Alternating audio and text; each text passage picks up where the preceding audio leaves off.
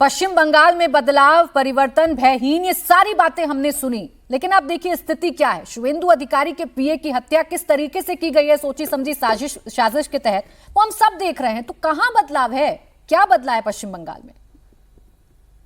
पश्चिम बंगाल में देखिए प्राची जी कि ये परिवर्तन जो हुआ है ये 9 तारीख के बाद दिखाई देगा। अभी आज के डेट में अभी तहसीन भाई बड़े वकील हैं देश के और सुप्रीम कोर्ट में वकालत करते हैं, इनको कानून की बहुत जानकारी है। लेकिन जिस प्रकार से तहसीन जी अभी गृह मंत्री को इसके लिए जिम्मेदार ठहरा रहे हैं और उनको असफल और सबसे कमजोर गृह मंत्री कह रहे हैं, मुझे थोड़ा ताज्जुब हो रहा है।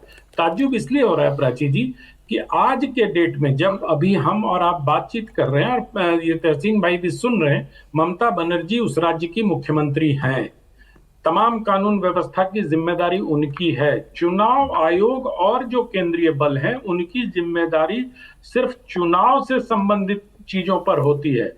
तो मुझे ये लगता है कि अभी जो बंगाल की स्थिति है वो नो मैन्स लैंड होता है ना, दो देशों के बीच में, तो मुझे लगता है वो स्थिति है कि किसी के पास जिम्मेदारी अभी उसकी नहीं। ममता जी सोच रही है वो हार चुकी हैं, उन्होंने जिम्मेदारी छोड़ दी। भारतीय जनता पार्टी ये सोच रही है कि हमारे पास कुछ अभी उस तरह से संवैधानिक अधिकार नहीं है, किस अधिकार से अब ये उनसे पूछा जाए। अभी तहसीन जी अपेक्षा कर रहे हैं कि गृह मंत्री ने सीआरपीएफ के डीजी से पूछा कि नहीं पूछा, किस अधिकार से गृह मंत्री राज्य की कानून व्यवस्था में दखल देंगे।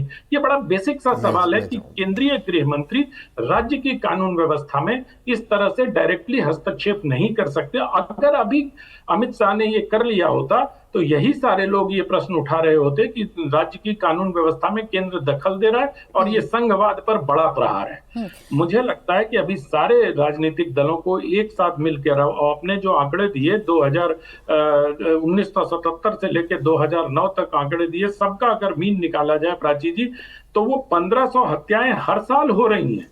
तब तो अमित शाह नहीं थे ना तहसीन भाई जी, तब अमित शाह जी नहीं थे जब 1500 हत्याएं हर दिन हो रही थी, मतलब हर साल हो रहे थे, मतलब 3 राजनीतिक हत्याएं रोज हो रही थी बंगाल। लेकिन अनंत जी बस एक छोटे से सवाल का जवाब दे दीजिए। नो मैन लैंड की बात अगर हम आज करते हैं तो उस वक्त हम क्यों भूल जाते हैं जब टीएमसी सत्ता में आती थी और जब उनके सरकार गठन में वक्त हुआ करता था, तब तो सीधे सीधे बीजेपी प्रहार करती थी ना कि टीएमसी के गुंडे हैं, ये टीएमसी के गुंडे हैं।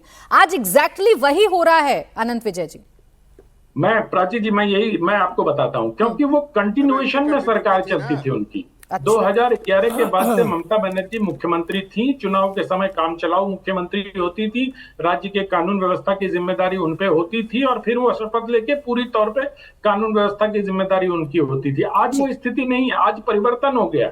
तो हमें ये समझना होगा कि संवैधानिक तौर से, कानूनी तौर से भारतीय जनता पार्टी के चाहे जो भी बने, अध्यक्ष हो, सौमिक भट्टाचार्य बने या शुवेंदु बने या अग्निमित्रा पॉल बने, जो भी बने, वो दखल नहीं दे सकते।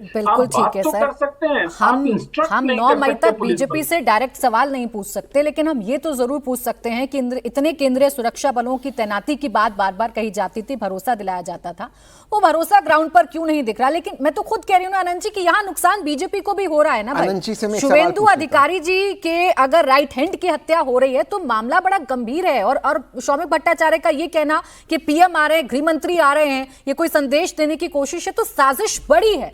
क्या वहां पर इंटेलिजेंस कर रहे हैं, क्या पश्चिम बंगाल में हो रहा है? सवाल ये। तहसीन जी मैं हूं, बाकी मेहमानों को बस चर्चा में ले आऊं। फराज जी मैं आपसे भी यही बात करना चाह रही हूं कि जब नेता घूम घूम कर, स्पेशली इंडिया अलायंस के नेता घूम घूम कर ये कहेंगे, अभी वो विजुअल अगर हम चला दें, जब अखिलेश यादव मिले हैं ममता बनर्जी से तो शॉल उड़ा रहे हैं और कह रहे हैं आप हारी नहीं हैं, आप हारी नहीं हैं। तो ये मैसेज जाता है ना सर, कन्वे होता है ना ग्राउंड पर वर्कर्स में, और उनके मन में ये फ्रस्ट्रेशन आती है कि हम जब हारे नहीं हैं तो फिर हम काहे विपक्ष में बैठ रहे हैं और क्यों बीजेपी सत्ता की तैयारी कर रही है, और उसका आक्रोश कहीं ना कहीं दिखता है ना फराज जी।